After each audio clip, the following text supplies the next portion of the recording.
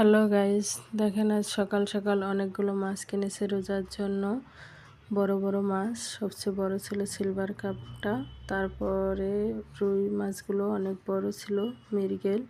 কার কার রুই মাছ খেতে ভালো লাগে অবশ্যই কমেন্টে জানাবেন। আমাদের তো রুই মাছ খুবই পছন্দের একটা মাছ।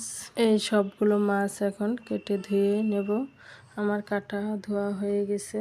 এখানে অনেকগুলো মাছের তেল ছিল, সবগুলো তেলই ভালো। এই তেল আমার বড় মেয়ের খুবই পছন্দ, আমরা সবাই খুব পছন্দ করি। এই মাছগুলো এখন আমি হলুদ দিয়ে ভালোভাবে মাখিয়ে নেব, যাতে ফ্রিজে রাখলে মাছগুলো কোনো গন্ধ না হয় এবং ভালো থাকে অনেক দিন পর্যন্ত।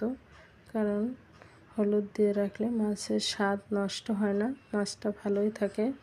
আমি এভাবে সবগুলো মাছ হলুদ দিয়ে মাখিয়ে নিলাম। মাখানোর পরে এভাবে প্যাকেট করে ফ্রিজে রেখে দেব, তাহলে অনেক দিন পর্যন্ত ভালো থাকবে আর মাছটা খেতেও ভালো লাগবে।